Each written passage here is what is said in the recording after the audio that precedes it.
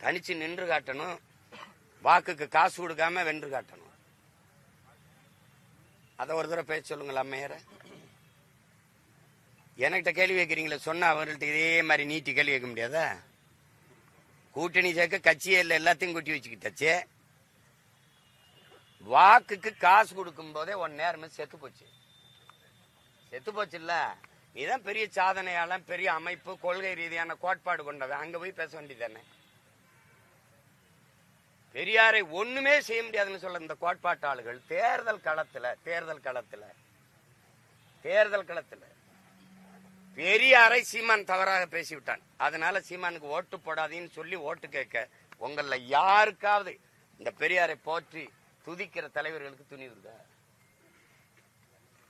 இருக்கா? பிறகு உங்களுக்கு தெரியும் பெரியாருக்கு ஒரு ஓட்டு கூட கிடையாது, காந்திக்கு தான் இருக்கு. ஏன்னா காந்தி நீங்க கொடுக்குற நோட்ல அவர் தான் சிரிச்சுக்கிட்டே போறாப்ல. இந்த நாட்டில் ஒரு கொடுமை இருக்கு பாருங்க. மதுவுக்கு எதிராக இருந்தார் காந்தி, விபச்சாரத்துக்கு எதிராக இருந்தார் காந்தி, ஊழல் லஞ்சத்துக்கு எதிராக இருந்தார் காந்தி, கொள்ளைக்கு எதிராக இருந்தார் காந்தி. இது எல்லாத்துக்கும் சிரிச்சுக்கிட்டே துணை போறாரு இன்னைக்கு காந்தி. என்ன டாஸ்மாக் கடையில காந்தியை கொடுத்தா தான் சரக்கு. ஆனா இது காந்தியை மதிக்கிறதா அவமதிக்கிறதாங்கிறத யோசிக்கணும்.